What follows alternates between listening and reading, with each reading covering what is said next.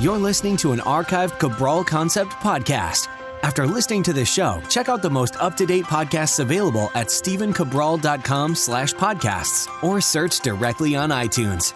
And now, welcome to the Cabral Concept, where board-certified naturopath and integrative health practitioner Dr. Stephen Cabral shares how he was diagnosed at the age of 17 with a life-altering illness and given no hope for recovery. It was only after studying and traveling all over the world did he discover how to combine ancient Ayurvedic healing practices with state-of-the-art naturopathic and functional medicine to fully rebalance the body and re-energize it with life. It's time to discover how to get well, lose weight, and finally feel alive again. And now, here's your host, Dr. Stephen Cabral.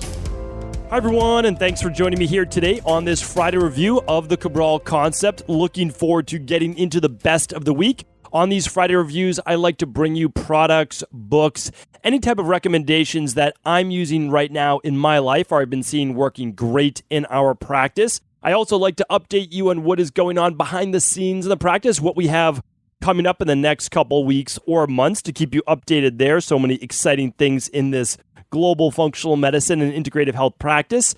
And then, of course, I'd love to bring you research, the different things that I've been reading about, that I've been looking at, where I can break down all this complicated research that's really only written for people in the health-based field and try to bring that to you and what it really means in the real world, because a lot of it's simply convoluted and it doesn't even make any sense. And oftentimes it's done like 6 people in a research study, and then the data is tried to brought over the entire population. It makes no sense. So we get rid of those studies, and I only bring you the ones that I believe are going to have a direct impact on your life.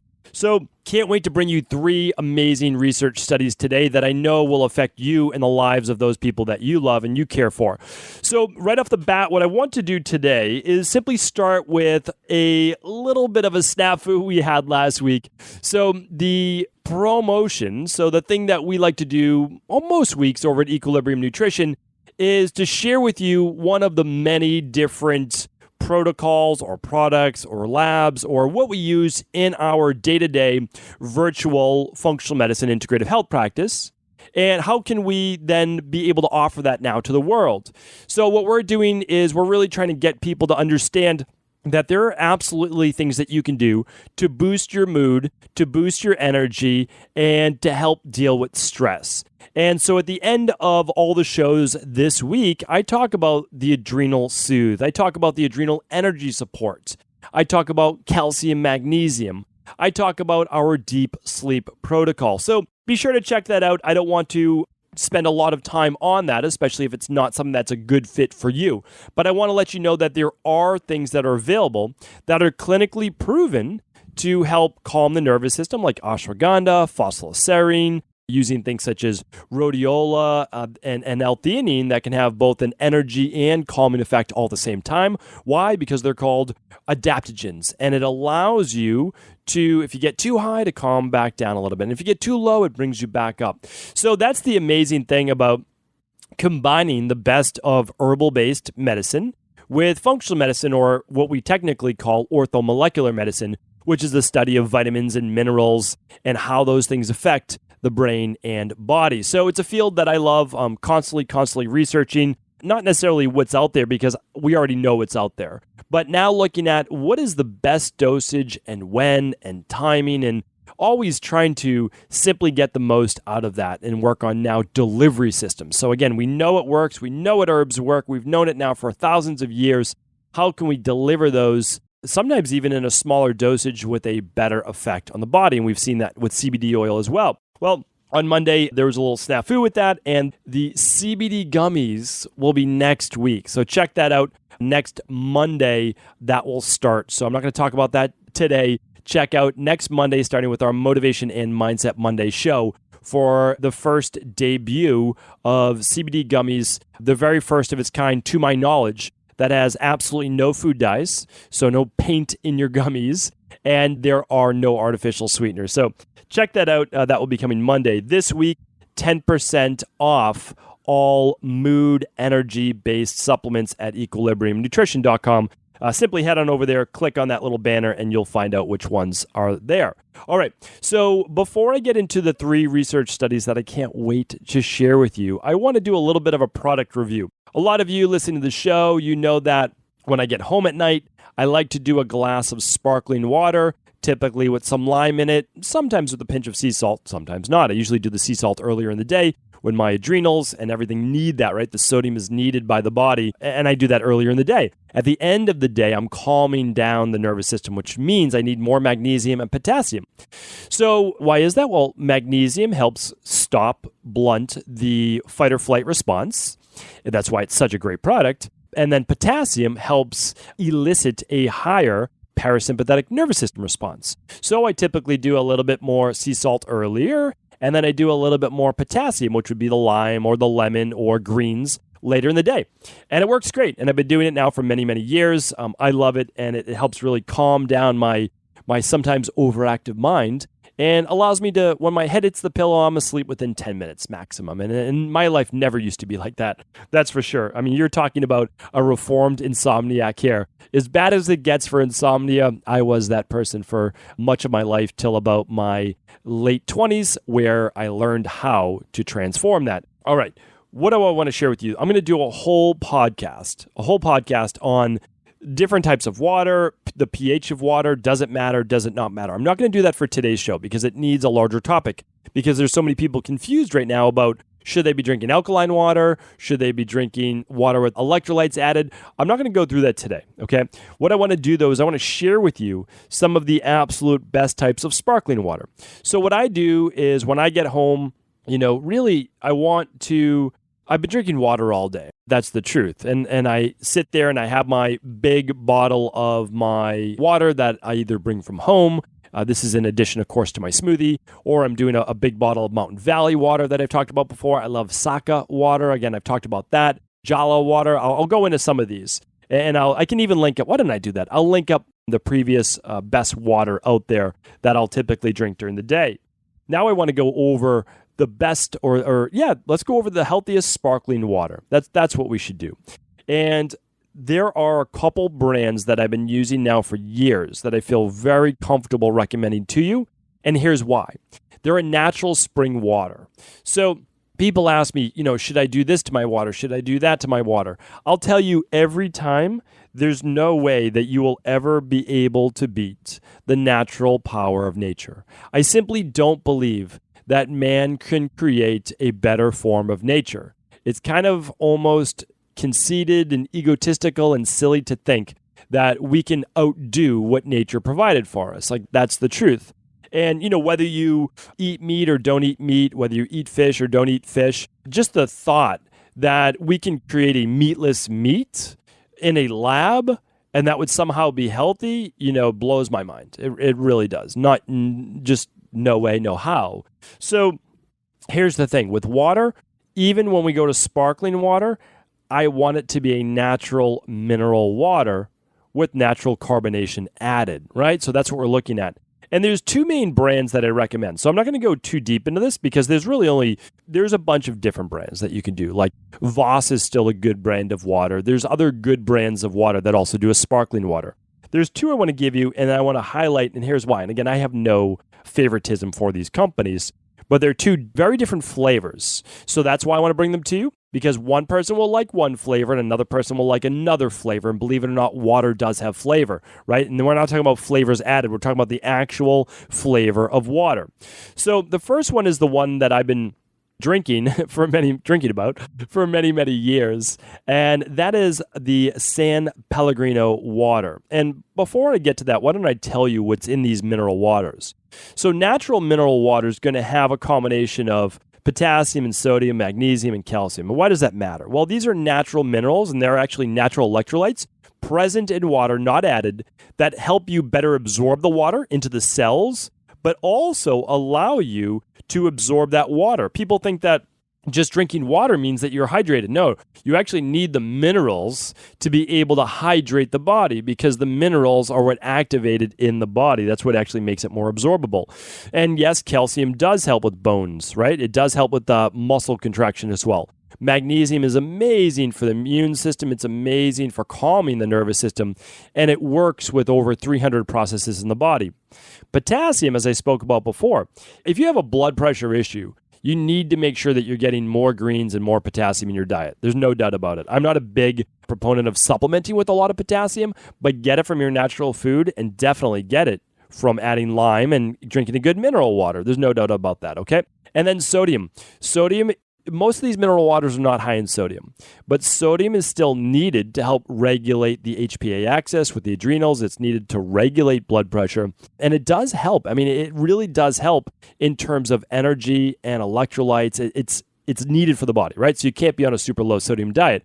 If you're on a low sodium diet for a particular reason, such as high blood pressure, you need to understand that it's typically never sodium's fault unless you're taking table salt and not a sea salt. The issue is a lack of magnesium, a lack of potassium, and an overexcitement of the HPA axis. And if you don't know what the HPA axis is, go back and check out my shows by going to stephencabral.com/podcast, type in adrenal axis or HPA axis, and you will find those shows on how to re-regulate your body's stress system. All right, but besides those, what else does mineral water have? Well, it has sulfates. A lot of them have sulfates, and these aren't the bad sulfates that are added. These are natural sulfur-based molecules. What do? Well, we know for the most part, this is what we talk about the most with sulfur, great for detoxification. It's needed for phase 2 detox, right?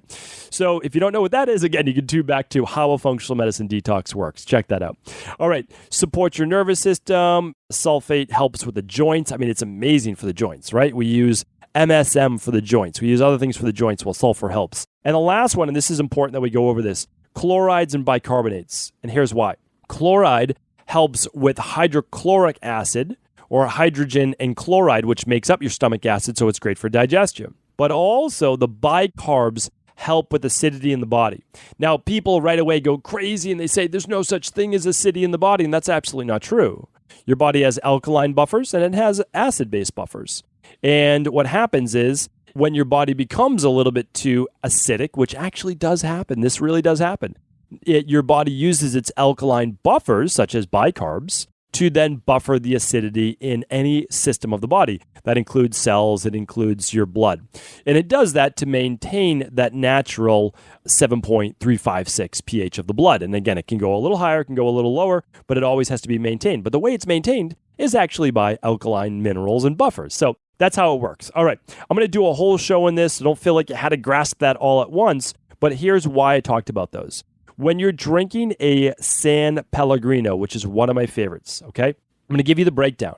It has 200 milligrams of calcium, 52 milligrams of magnesium, 4 milligrams of potassium, and 36 milligrams of sodium, okay? If you're drinking, well, let me go over why San Pellegrino would be best for some people. It contains a larger amount of sulfur, natural sulfur. So if you've ever been to some of the natural springs and it kind of smells almost like that rotten egg smell. Now, the water doesn't smell like that. I want to put a little caveat, but that's the sulfur coming out of those springs, right? That sulfur, which you don't smell in your water, by the way, is amazing for detox, and it gives it a very crisp taste. It's a fantastic water. So San Pellegrino has always been one of my favorites, and that is a great Italian-based mineral water. Now, there's another one called Gerolsteiner, and it comes from the region of Gerolstein. And I'm probably not pronouncing it obviously perfectly, but this is in Germany. Now, this comes also from that volcanic-based soil. Now, deep below the earth, there is the old volcanic rock. And I believe, I'm trying to think of the name right now, and I'm not sure that I'm remembering correctly, but I believe it's dolomite. And this is what's leading to a lot of the carbonic acid and a lot of the bicarb. Now, here's the amazing thing. You'll get more sulfur from the San Pellegrino. You'll get more bicarbonate, much more than any water that I've seen with the Gerolsteiner. And that makes a big difference if you are looking for one that has more of that buffering of acidity in there. Now, you'll taste it more. It actually has more of that sodium bicarb taste to it. Like if you've ever added a little baking soda to water as a buffer for any type of acidity in the stomach or esophagus, well, you'll know that's more of what it tastes like. So it has a very different taste. And I invite people to try both if they choose to, right? You don't have to drink a sparkling water. But sometimes at night with dinner or after dinner, instead of always eating something or drinking a glass of alcohol, you can make yourself a nice drink. When I go out and I don't want to drink alcohol, one of the things I do is I have a glass of sparkling water, Pellegrino, splash of cranberry in it if I'm feeling really feisty, and a squeeze of lime. And to me, that's a splash of cranberry, by the way, is basically like 2 grams of sugar. You're not overloading on sugar, right? So what you're getting there is just a very nice tasting drink. I don't have any fruit juice in my house, so there's not going to be any cranberry. But at home, when I get home, I basically just cut a lime up and I squeeze the lime into the sparkling water, and I'll drink that with dinner and after dinner. And that will be it. And that kind of like gives me something to look forward to. It's a nice little drink.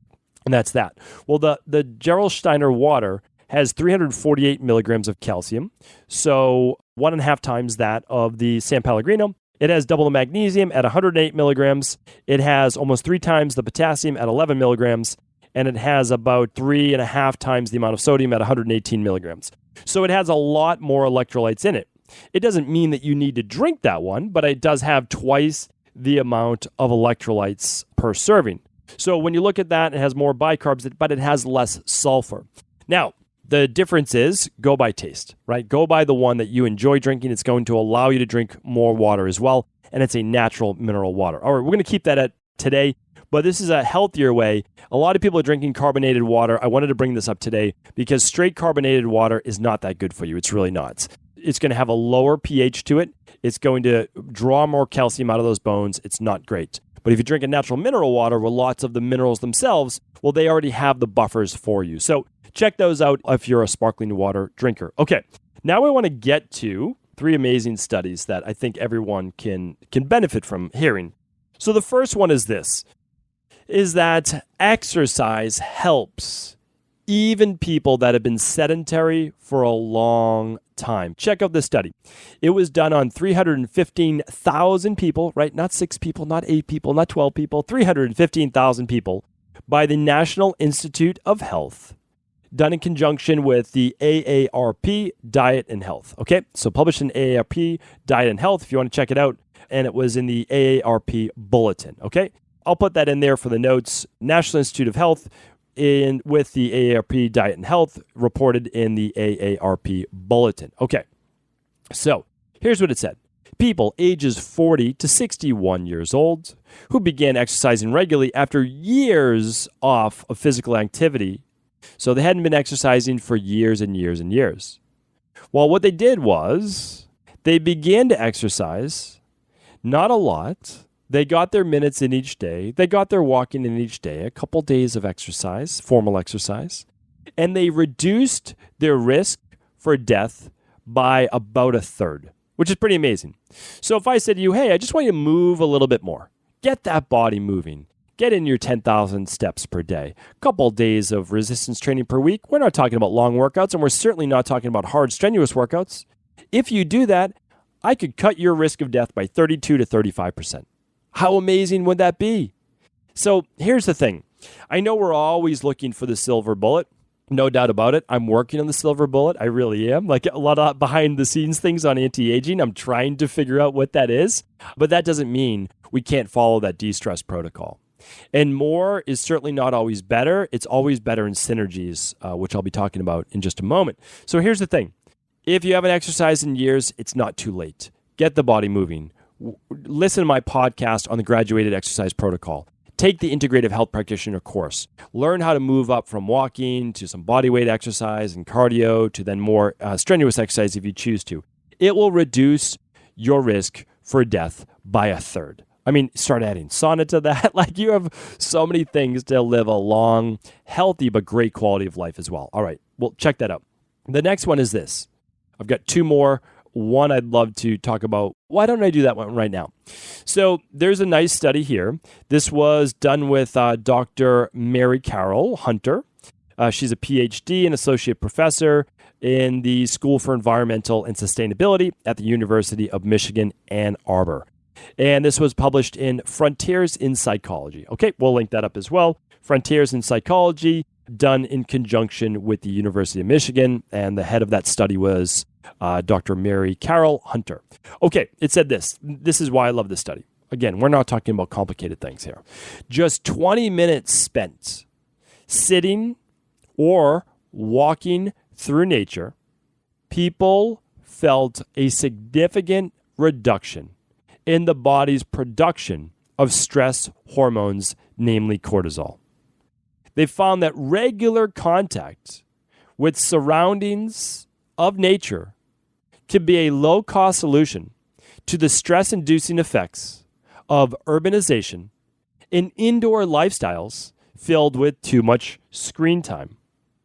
The time of the day does not matter as long as nature exposure occurs during daylight, right? So you want to be able to see nature and get the smells of nature that happen during the day, which is actually different than night. The study and the participants were also asked to avoid aerobic exercise and internet, phone calls, texting while they spent their time in nature, which is very important because you have to unplug for a certain time of the day in order to reduce those stress hormones.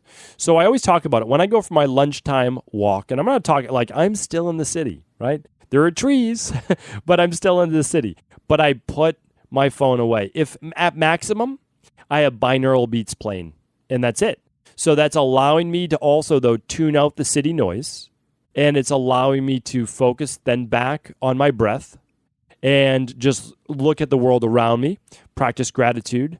It's an amazing thing. 20 minutes a day, and that's basically what my lunchtime walk is. So I urge you, 20 minutes a day. You can build that into your schedule. You can even just sit outside and really just allow yourself to be. It's an amazing, amazing thing. And if you can reduce cortisol, well, then you can reduce a lot of other factors that can cause mortality, such as the cardiac risk, high blood pressure, Alzheimer's, etc. All right, last study of the day. And I want to bring this to you because, right now we have greater than 1 in 88 children, potentially 1 in 68, 67 children now with some variation of the autism spectrum disorder. And we work with a lot of children in our practice with the same thing. So now I do have to mention this, that if you're dealing with any issues and complications surrounding autism, I can't recommend enough looking at the gut. So work with a practitioner that knows how to overcome candida overgrowth, small intestinal bacterial overgrowth, H. pylori, sometimes parasites. They know how to seal up the gut wall. They know how to work with food sensitivities. Because if you can do that, even if you could just run a starter kit, which is the hair tissue mineral analysis and the organic acids test with any child with autism, the sooner the better that you work on the causes of autism, the faster the results, and also the better the long-term prognosis and results. And we've seen amazing things, and so I just want to pass that on to others. Now, here's another thing, though, because as you're working on that long-term gut health, which absolutely does affect the entire immune system and the brain and inflammation, there was a study, this was done with Ben Gurion University of the Negev and Soroka University Medical Center in Israel. And it was published in Nature, the journal Nature, okay? So I will link that up as well. But it was a study done with 188 children who were diagnosed with autism spectrum disorders, average age of 13. They used cannabis oil containing 30% non-psychoactive CBD and 1.5% psychoactive THC. And it resulted in 80% reporting moderate or significant symptom improvement within a month. 14% said cannabis did not help symptoms, and 6% reported side effects including sleepiness, restlessness, reflux, or lack of appetite. After 6 months, with 155 participants remaining in the study, about 85% reported moderate or significant improvement in symptoms. 67% said their quality of life had improved, and more than 63% reported a more positive mood. That's pretty impressive, right? I mean, it's a smaller study, but it was still done for 6 months, which is the minimum I like to see. That's significant.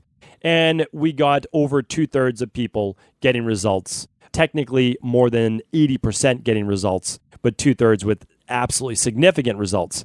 So it's something to look at. It's something to look into. It is, in my opinion, it is the new frontier. Please go back and listen to my previous episodes on CBD, though, because not all CBD is created equal. CBD is everywhere right now. I can tell you this, most CBD does not work. It's not full spectrum. It's not going to give you the results that you need. I did want to share that with you because what I want to do is share you unbiased research. Whether you ever decide to use CBD or not is totally your choice. But, believe it or not, there are many, many benefits. So that is what I have for you today. I hope that was helpful. Those were 3 research studies that I love, and they were kind of from all different areas. And I do have a very eclectic interest in all of health, all of fitness, and all of mindset. So thank you so much. And of course, if this podcast was helpful, do feel free to share it with anyone you believe it can serve. Don't forget to tune in tomorrow for our host calls, our weekend host calls, where we answer all of our community's questions, about 6 to 10 questions per episode. And I hope you have an amazing, amazing weekend. Thank you so much. Take care. Ever wonder what the best sauna, blue blockers, sleep trackers, wake lights, salt lamps, or other health gadgets are? Or what about the top non-toxic mattresses, sheets, soaps, bath products, toothpaste, and cookware? Or would you like to know the cleanest choices for hemp parts, meal delivery services, supplements, and much more? I personally curated, researched, and now created a resource page of all of my top picks that continues to grow each week. These are the exact products I use in my own life, with my family, in my private practice, and they're the ones I trust. To find out all of my up-to-date recommendations and all the details, simply head on over to stephencabral.com/resources.